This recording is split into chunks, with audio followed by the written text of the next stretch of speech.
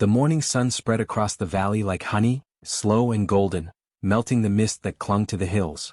In the heart of this land, where the soil was darkest and the crops rose tallest, a woman moved with purpose. Her name was Mara, and everyone in the region knew her name, even if they only whispered it.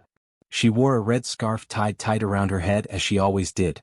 The scarf was faded in parts, torn in others, and held a deep red hue that had once been vibrant like pomegranate juice. It had belonged to her mother, who had died planting the same land Mara now worked. Her fingers were stained with earth, her palms calloused with years of tending, turning, nurturing. People said the land listened to her. That the seeds sprouted faster under her breath. That the rain came when she sang. There was no proof of it, but there was also no denying that while nearby farms wilted in drought or blight, Mara's land stood proud. Maize rose like gold spears. Cassava roots thickened like sleeping arms. Even her flowers seemed to hum with color. Her song was soft, a lullaby in a language older than the village itself. It wove through the leaves and stirred the insects. She sang as she worked, always barefoot, always whispering to the soil like it was an old friend. She named her tools. She buried offerings at the corners of her fields at solstice. She never took more than she needed. She gave away what was left. To some, she was a blessing. To others, a danger. The village, a tight cluster of sun-baked homes, narrow lanes and gossip-fed fires, lay just beyond the edge of her land. The people there respected Mara, but they feared her too. Not because she had ever hurt anyone, but because she was different. And difference was always the first thing to burn when the wind turned strange. Still they came to her for food. Every harvest she shared freely. No child ever starved while Mara planted. No old man went without soup. She spoke gently to the women who came to beg, and more sternly to the men who came to bargain. She accepted no coin. Only thanks. But blessings don't sit well with those who worship ownership. One morning, as the sun rose slow and kind, Mara looked up from her rows of beans and saw 3 men standing at the edge of her land. They wore white tunics too clean for farm work, and the oldest among them carried a rolled parchment in one hand and a cane in the other. His 2 sons stood beside him, broad-shouldered, smug-faced. The landlord. He owned most of the hills to the east, where the soil was dry and the rocks stubborn. For years he had tried to buy Mara's land. She had refused, always politely, always firmly. Today he didn't ask. "Mara," he said, his voice syruped with civility, "we come again with an offer. Final and generous." She didn't rise. She stayed crouched by the soil, pressing her thumb into the soft earth. "I've told you," she said softly, "the land is not for sale." "You live alone," one of his sons said. "Who will inherit it? Soil is wasted without lineage." "The land is alive," Mara replied. "It will inherit itself." The landlord frowned. A woman cannot own what she cannot protect. Mara finally stood, brushing her hands on her skirt. "Then it's a good thing I've never needed protection." The younger son snorted, but his brother silenced him with a glance. "You mock us," the landlord said, voice thinning. "We could make things difficult." She stepped closer. "You already have. I've seen your men pouring salt near the roots. I've seen the children sent to set traps for my goats. I don't scare easy." They didn't threaten her outright, not then. They left with the same false smiles and veiled promises, their boots too clean for the dust they walked on. But something had shifted. The wind no longer sang when she worked. The birds grew quieter. At market the next week, the butcher's wife refused Mara's eggs. The baker turned his back. The whispers began, that Mara's pumpkins grew too fast, her flowers too tall. That she talked to shadows. That she hadn't aged in years. A week later, the village elder called a gathering. Mara was not invited, but she came. She stood at the back, red scarf bright like blood against the sea of gray heads. The landlord's voice carried over the crowd. "There are signs," he said gravely. "Ill omens. Chickens laying dead eggs. Wells going dry. This land was clean, now something seeps through it. Something unnatural." They never said her name. They didn't need to. "She plants charms," a woman cried. "I saw her burying bones." "She sings to the sky," another man added. "And the clouds obey her." "She cursed my wife," one whispered. "Now she coughs blood." Mara stood still. She did not defend herself, because she knew none of them truly believed it. They didn't fear her, they feared losing what she had. They feared the power of a woman who needed no one, who fed the land and asked for nothing in return. The final blow came from the priest.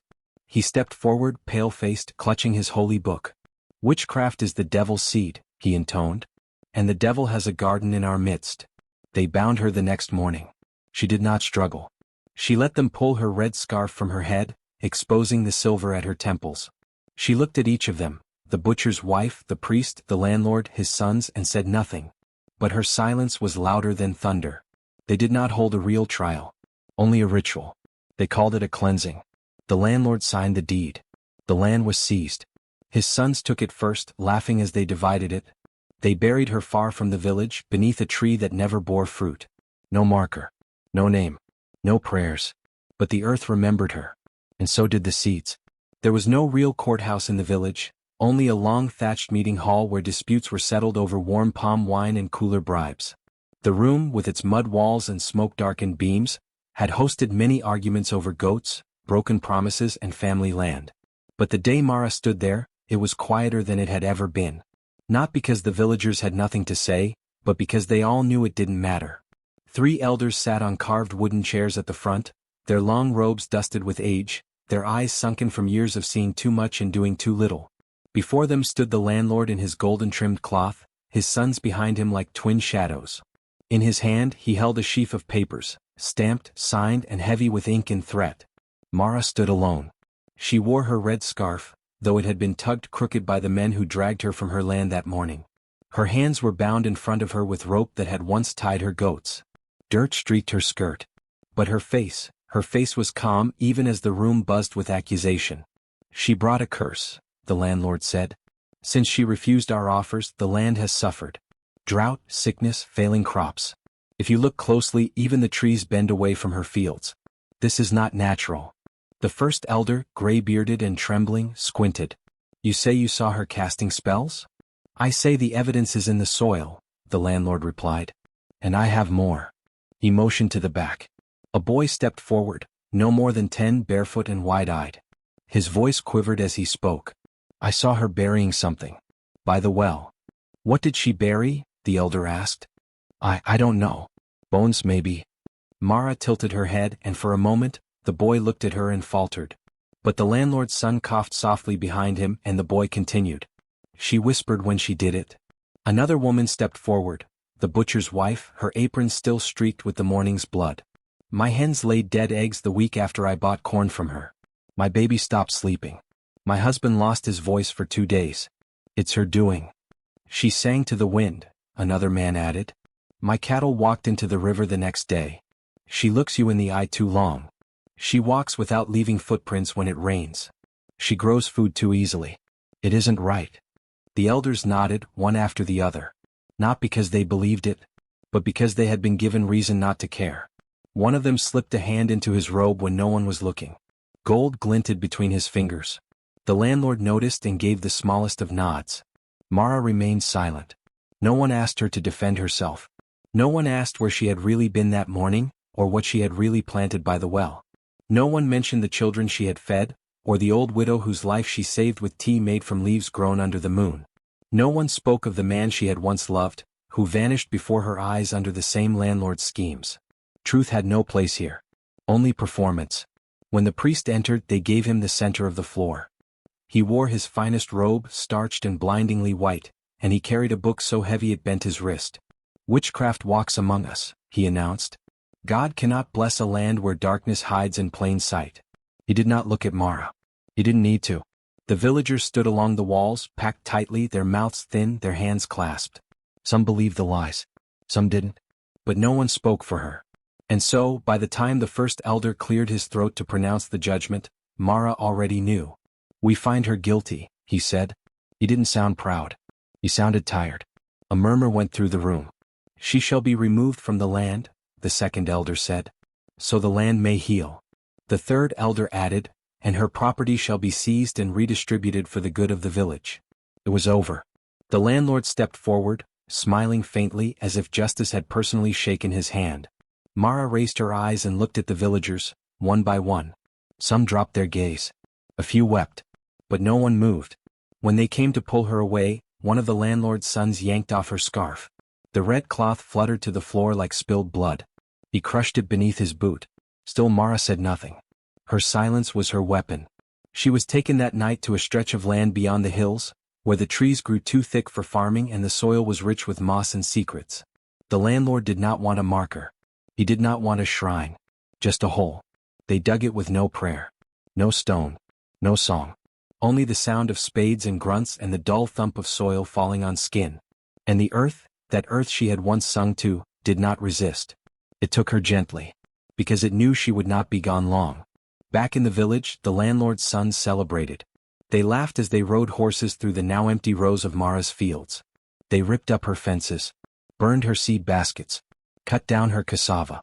They mocked the way she had sung, tried to mimic her voice in jeering tones. The villagers watched from behind doors, their fields still withering, their mouths dry. They waited for rain. It did not come.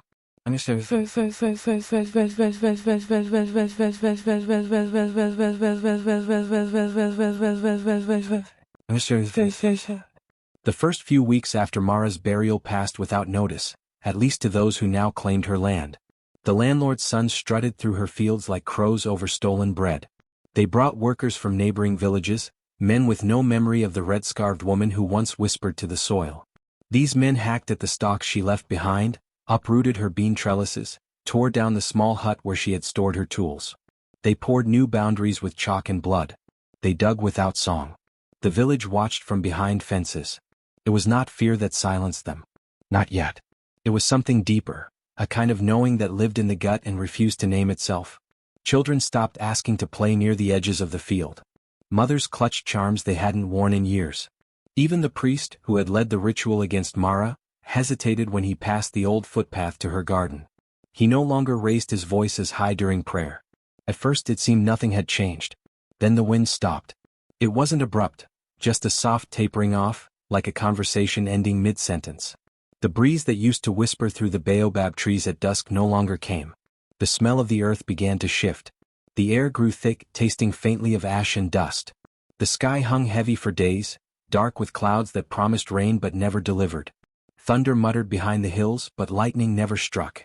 The villagers watched the sky like thirsty dogs, but the heavens gave them nothing. And then the crops began to die.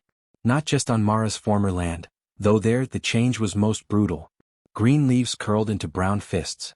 Corn stalks, once tall as a man's chest, turned brittle and gray. The cassava roots softened in the ground, then liquefied. The soil cracked open like it had forgotten how to hold anything. Mara's old planting beds buckled and split, releasing a smell no one could name but all recoiled from. In the rest of the village, plants failed more slowly. Beans flowered but bore no fruit. Goats birthed still. Chickens wandered aimlessly. The river pulled back, shrinking to a quiet trickle where it once sang. The fields turned pale. Still the landlord's sons laughed. They said the villagers were foolish, that curses were for old women and broken men. They brought in fertilizer by the sack, poured it into the ground with rough hands and bitter impatience. They ordered the land to yield. It did not. One evening, as the second son sat sharpening his blade beneath a mango tree, he looked up at the sky and spat. "We should have salted her grave," he said loud enough for the field hands to hear. "Let the earth forget her properly." No one answered. That same night, a girl fetching water claimed she heard a sound in the fields, a low humming. She paused, listening. The tune was familiar, though she couldn't place it at first. It was old, winding like a mother's lullaby through a cracked door. When she returned home, pale and trembling, she whispered to her mother, it was her song. Mara's song. The mother slapped her mouth shut. "You'll bring it here," she hissed.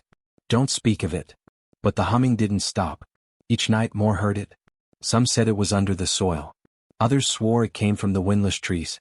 Once, a woman walking past the field at dawn saw the scarecrow in the far corner move its head, just slightly, though there was no wind and no bird. She ran until her legs gave out. The landlord's sons scoffed, but they started carrying knives into the fields at night. The humming grew louder during the planting moon. That was when the first ox refused to enter Mara's former land. It brayed, eyes wide, hooves skidding backward. When forced, it collapsed, foam in its mouth, legs twitching until it lay still. No wound. No mark. Just dead. The boy guiding the ox ran straight to the church, crying that the earth had swallowed its soul. That night, the eldest son struck a worker for refusing to return to the field. "Superstition," he shouted. "You're letting stories farm your minds." But even his voice was quieter than it once had been. He avoided the far corner of the land now, where the old path still held a stone worn smooth by Mara's steps. No one had been able to uproot it. They tried. The youngest son ordered it dug out, but the stone refused to lift. The deeper they went, the more roots wrapped around it. When they poured fire over it, the flames burned blue. The workers left it alone after that. One swore he saw the stone pulse once, like a heartbeat. The night after that, the second son dreamed of Mara. He woke screaming, his hands clawing at his own throat. He claimed she had stood above his bed, not speaking, only humming, the red scarf fluttering in wind that did not blow. She touched my chest, he stammered. Her hands were covered in earth. He wouldn't sleep in the house after that. He moved to the granary and drank himself into silence. In the village, the whispers returned, this time not about witchcraft but warning. Old women spat before mentioning Mara's name. Children were told to stay indoors at night, especially near the planting fields. The priest tried to calm them. There is no curse, he said. Only guilt. But even he now carried a vial of salt in his pocket. The sun turned cruel. Days stretched long and hot with no relief. The sky teased them with clouds that held no water. The air thickened. People began to speak less. The village walked slower. Babies cried more. One man tried to pray over Mara's old land, to bless it, to drive out what he thought had come. He returned shaking, eyes wide, lips cracked. I heard her voice, he whispered. She's beneath us. Waiting. The landlord ordered the church bell rung for 3 days. On the second day the rope snapped. By then even the mocking had stopped. The sons no longer jeered. They rode out less often. The second son took ill with fever and would not speak. The youngest had stopped eating. Only the eldest remained defiant, though he had grown pale and sharp-eyed. She was just a woman, he muttered. Just a farmer with dirty feet. But his hands trembled when he poured his tea. He no longer stepped on the earth with bare feet. And every night as the village tried to sleep in heat and fear, the humming returned, soft, steady, winding through the cracked fields. A lullaby made of soil and seed. It did not beg. It did not threaten. It simply remembered. The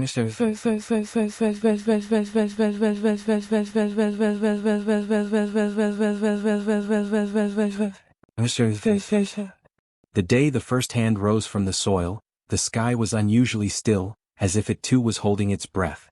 It was the beginning of the new planting season, the first since Mara's death, and the landlord's sons had gathered their workers at dawn. They had no choice. Despite the drought, despite the deaths of animals and the crop failures, the fields needed to be sown. Hunger pressed in on all sides. The village was already trading salt and scraps for flour, and the landlord feared the whispers growing louder than the prayers. "We till the earth and plant," he barked. "It will grow again. Enough of this superstition."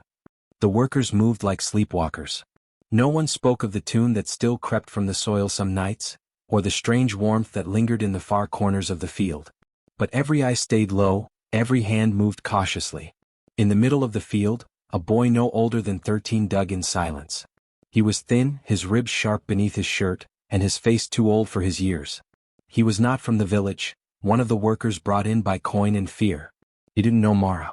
Had never seen her red scarf or heard her humming firsthand. He only knew what the others whispered when the landlord wasn't listening. Don't go too deep. Don't go near the stones. Don't plant where it still smells sweet. But orders were orders. The boy dropped to his knees and pushed the seed into the ground, pressing it down hard. His fingers dug into the soil, searching for the right firmness, the right depth. That's when he felt it, something warm brushing the back of his hand. He jerked back, startled. At first he thought it was a root or a snake.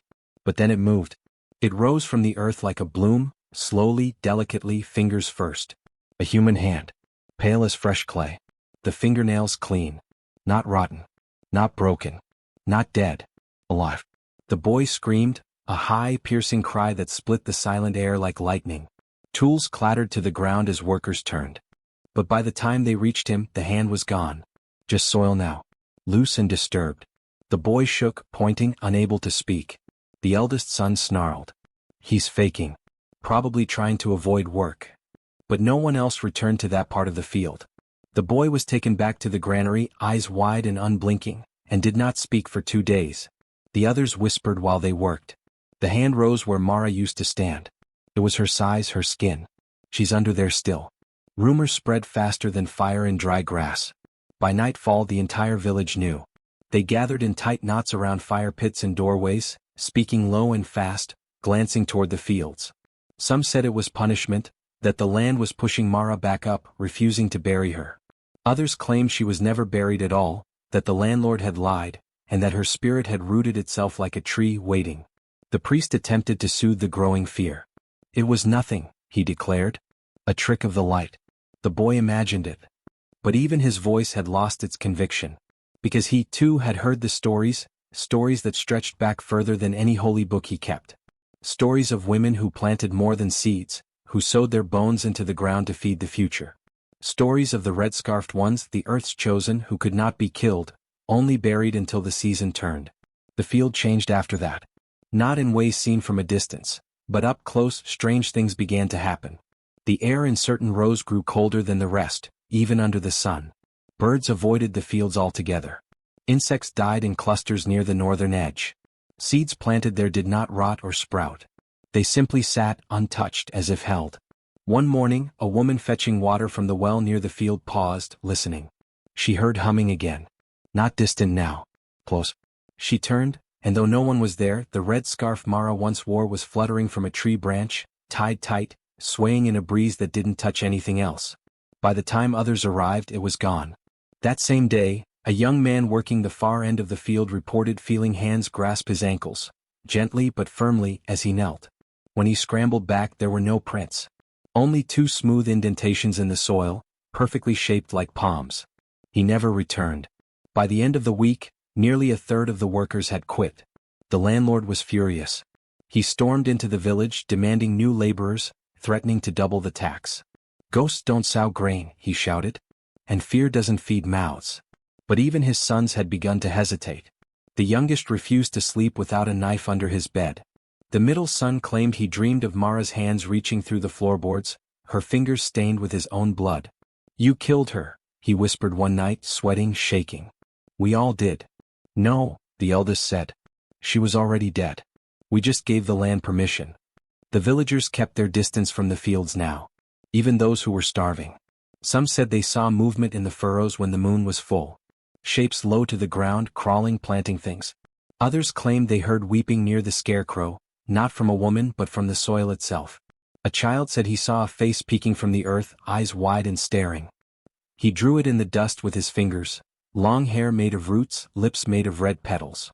Still the priest held his sermons. Still the landlord paid his guards. But a line had been crossed, and something had been awakened. They had thought death would silence Mara. Instead, the earth had made her louder. The boy who saw the first hand never worked again. He sat near the well most days, carving small figures from wood, all of them with arms stretched toward the sky. When asked why, he simply said, "Because they're growing." And so the season continued, dry, cracked, desperate. But the whispers beneath the field only grew louder. Not in voice, in presence. And the village waited, holding its breath, knowing, deep in its roots, that this was only the beginning. The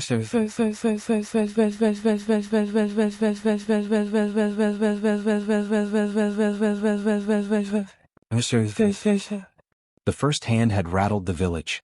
But it was what came after that taught them fear. It didn't happen every day. That would have been easier, a pattern, a rhythm, something explainable. But the hands appeared without warning. One in the far corner of the field, pale and reaching, open-palmed like a plea. Another near the stone path where Mara used to walk, this one closed into a fist, knuckles speckled with soil. Once, 2 hands side by side, curled as if cradling something unseen. They never stayed long. By the time anyone got close, they were gone. Just disturbed earth left behind and a strange scent in the air, like crushed marigold and burnt honey.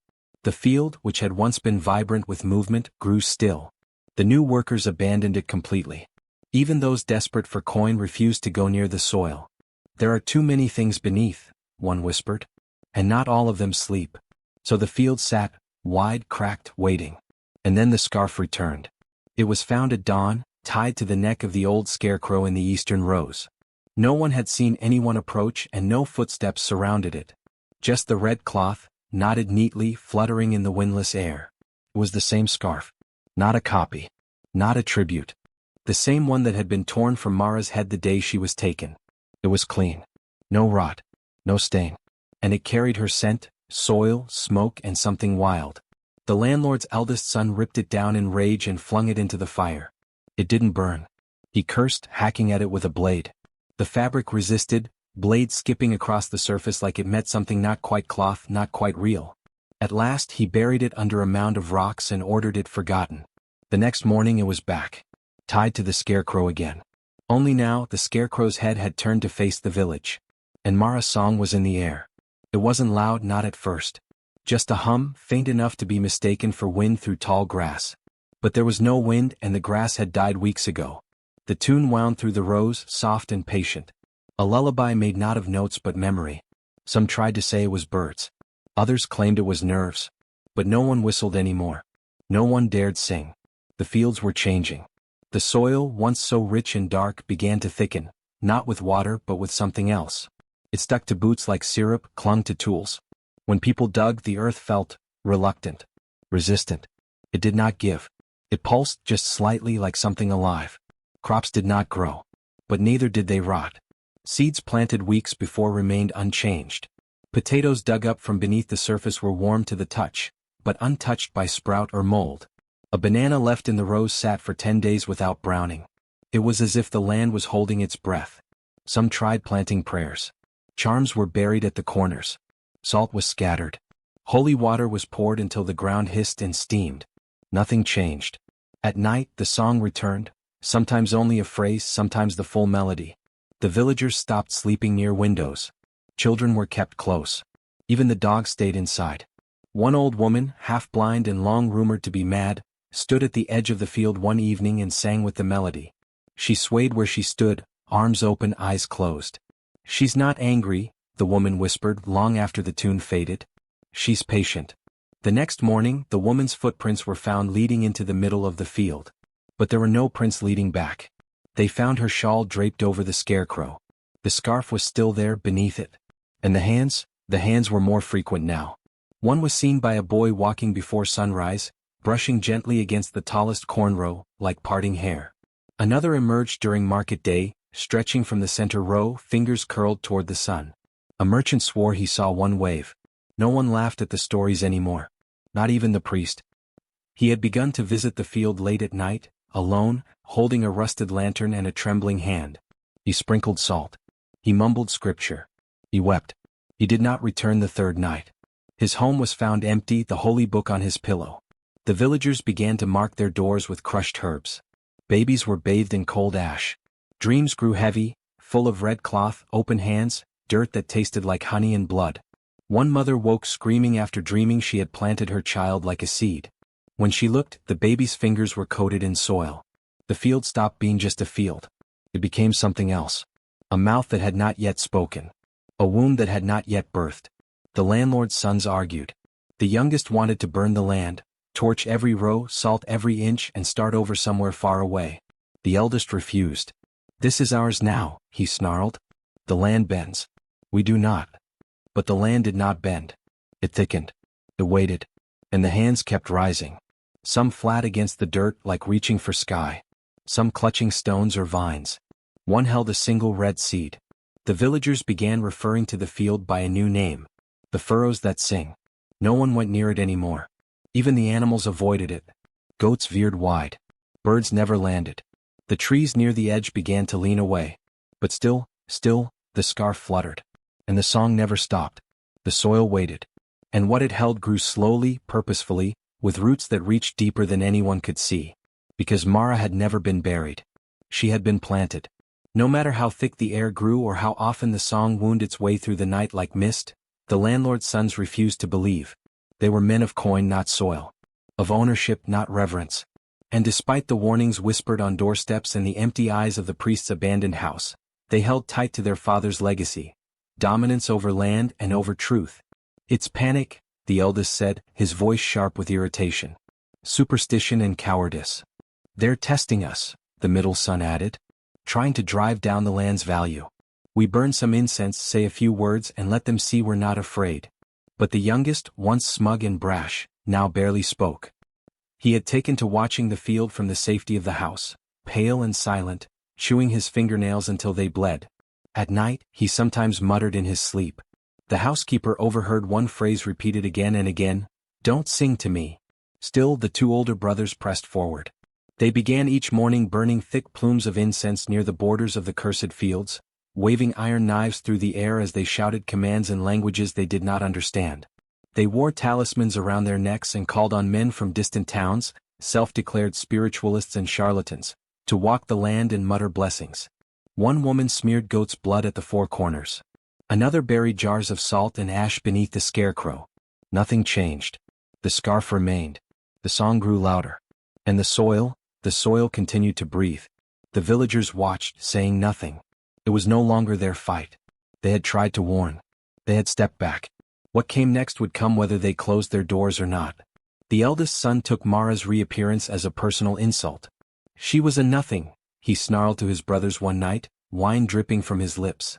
She sang to the ground like a fool. That scarf, those hands, they are tricks. We'll dig it up. Burn whatever's left of her. The middle brother hesitated. We've burned it before. It doesn't burn. Then we bury it deeper. The next morning, under a rising sun that glowed the color of dying embers, the eldest son strode into the field with a shovel slung over his shoulder and a pistol strapped to his hip. He wore gloves and boots, and under his shirt, a scrap of sacred cloth stitched by the priest before he vanished. He didn't trust it, but it made him feel stronger. He stopped where the scarecrow stood, its wooden head now tilted sharply downward as if watching the ground beneath it. The red scarf trailed gently, though no wind stirred. He spat. Then he began to dig. Not a trench. A hole. The others, guards, workers, even his own brothers, watched from a distance, silent. No one offered help. The soil, as always, resisted. It clung to the blade, thick and hot. It filled itself in when he stepped away. But he dug for hours, cursing, sweating, striking stones he couldn't see.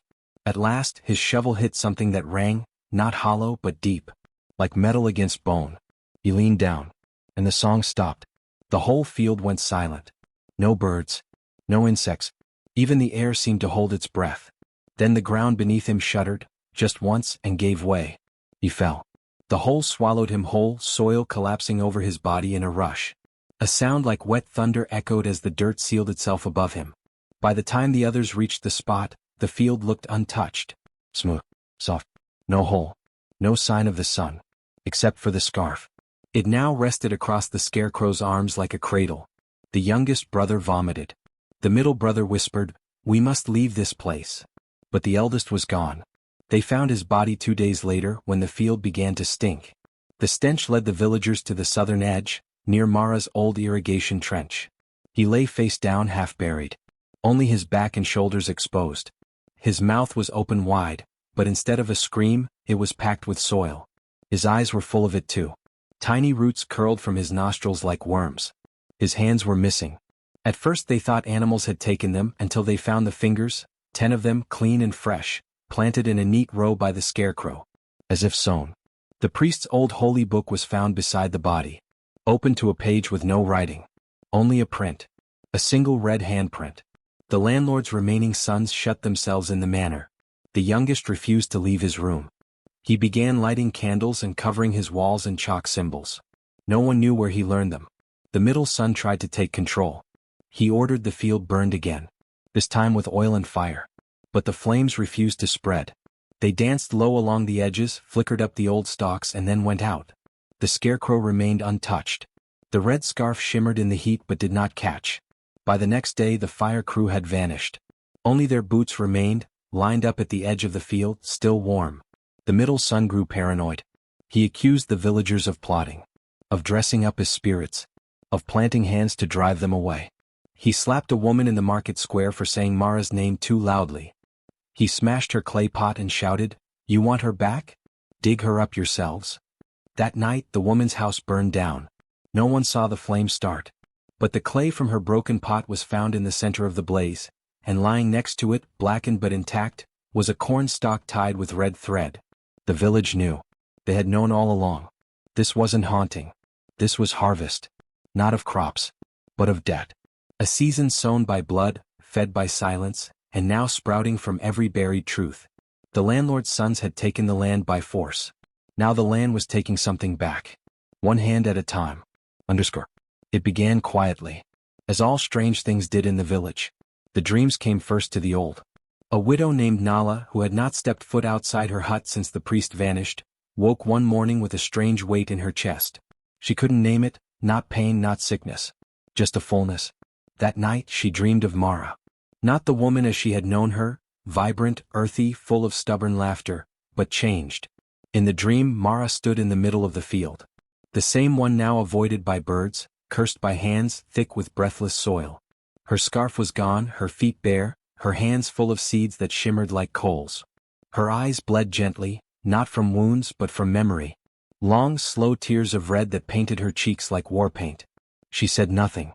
She only looked at Nala and opened her hands offering the seeds. When Nala woke, her bed was covered in petals. Not scattered, but placed, each one pressed flat against her skin as if someone had arranged them with care while she slept. Her sheets smelled like Mara's old garden, strong, green, and oddly sweet. She didn't scream. She simply began sweeping her front step again, like she used to when Mara was alive. The next dream came to a man who once testified at the trial. He dreamed of Mara walking through his house at night, trailing vines behind her. Every step she took left fresh growth: clover, wild rose, bitterroot. When she reached his bed, she placed a seed on his tongue. He couldn't speak, only weep. When he woke, he found dirt beneath his fingernails and small shoots sprouting from the wooden floor. Then there was the midwife, who swore she dreamed of Mara kneeling at her bedside, pressing seeds gently into her chest like buttons into soil. She woke coughing. Not phlegm. Not blood. Leaves. Tiny, green, soft, as if her lungs had begun to root. The village grew quiet again, but not from fear. This quiet was something else. A watching quiet. A listening one. Children began drawing women with weeping red eyes in the dirt. Chickens started laying eggs with petals stuck to their shells.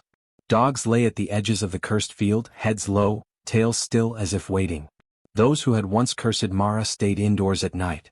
Those who had mourned her began to sleep with their windows open. The dreams continued. Always the same. Mara standing, always silent, always with hands full of seeds. Sometimes she wept. Sometimes she simply waited. No dreamer saw her turn away. She stood, planted in place, patient as roots. No anger. No joy. Only waiting. An offering. What disturbed the villagers most was not her appearance, nor even the way the dreams clung after waking. It was that every dream felt real. More real than waking. More rooted. As if Mara was not merely visiting sleep, but planting something inside it. And soon those seeds would grow. The sky broke open on an evening so still, the wind forgot to breathe. No one expected it. There had been no thunder that day, no scent of rain in the air, no warning. The clouds simply gathered like mourners and bled, thick drops, red-tinted and slow, falling like syrup from the heavens. But it did not fall on the whole village. Only on the field that once belonged to Mara. The cursed land. It was as if the sky remembered her. People watched from windows and behind doors. Some stood barefoot at thresholds, staring. The rain didn't splash or hiss as it landed. It soaked into the ground without sound. Within minutes, the dirt turned a dark maroon. The scent rose strong, iron and roses, like a wound blooming. The landlord's remaining sons refused to come outside. The youngest wept in his room. The middle son barred the doors and lit every lamp in the house. But the villagers crept toward the edge of the field in ones and twos, holding shawls over their heads, drawn by something they could not explain. Even the old woman who had coughed up leaves was there, her hands trembling but open to the mist. And then the ground responded. Overnight, sprouts broke through the soil. But not the neat rows of corn or cassava that had once grown under Mara's hand. No, this growth was wilder. Untamed. Fierce. Vines wrapped themselves in spirals, thick as wrists, curling around broken tools left in the field. Leaves shimmered violet under the strange rain. Stalks of herbs rose tall and fast. Bitterroot, fever grass, red cress with golden veins. Some villagers swore they recognized plants that hadn't grown in generations. Others whispered that the herbs had no names at all. And between the rows, something else rose. Hands. More now. Dozens. Emerging slowly, palms cupped upward, not clenched in fists or grasping for escape, but held open. Some were rough, others smooth. All were unmistakably human. They did not move. They only waited, filled with rain. By morning the flowers bloomed. Large-petaled, strange things, blood-red with white edges, some of them shaped eerily like mouths. A few bent toward the rising sun, and when they opened, the villagers gasped. Faces. Not whole, but suggestions, eyes in the patterns of petals, lips formed by ridged roots, brows etched by delicate stems. Not copies of Mara but familiar nonetheless. Like her spirit had poured into the soil and made 1,000 versions of herself from memory alone. The youngest children weren't afraid. They crept closer than the adults, whispered greetings, placed small beads or bits of bread into the hands rising from the dirt. In return, petals leaned toward them as if nodding. One girl claimed the vines hummed when she laughed. The adults didn't stop her.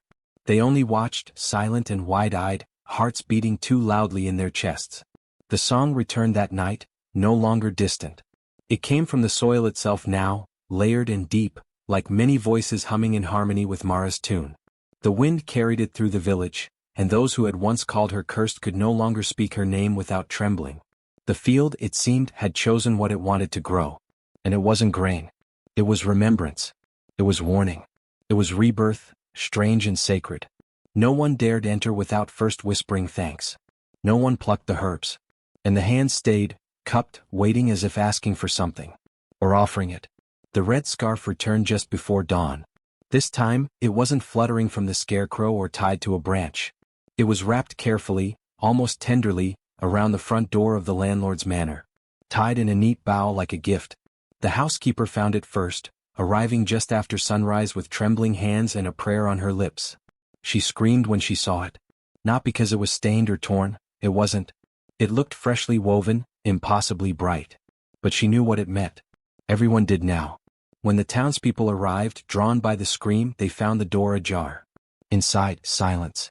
No guards. No brothers. No landlord. No signs of struggle, only footprints half-formed and wet, leading through the grand hallway. Not made of water. Made of mud. Thick and red-tinted, just like the strange rain that had fallen over Mara's field. The footprints led into the study. There, in the center of the floor, was a shallow pool of earth. Not spilled, placed. It hadn't seeped in from outside. It was growing up from beneath the polished wood, pushing through the cracks like a slow, patient breath. The landlord's chair sat overturned. His boots remained. But of the man himself there was nothing. Not a single drop of blood. Just mud. It spread quickly after that. Not the mud, the disappearances. One by one, those who had spoken at Mara's trial, who had raised a hand against her or turned their eyes away, they began to vanish. No screams. No witnesses. Just an absence where a presence had once been. A cracked mirror. A door swinging open. A faint trail of dirt that led nowhere. The former village scribe who had falsified the trial records was last seen pacing by his well. His dog was found barking wildly hours later, circling the empty space where his master should have stood. All that remained was a piece of parchment soaked through and pressed into the dirt, a page from Mara's planting journal. The blacksmith who had helped build the chains used to drag her away disappeared overnight. His forge, always hot, had gone cold. In the center of the coal bed, someone found a seed, warm, humming faintly. The widow who had thrown stones at Mara's window years ago was the only one who returned. But her hair had turned completely white. She didn't speak anymore.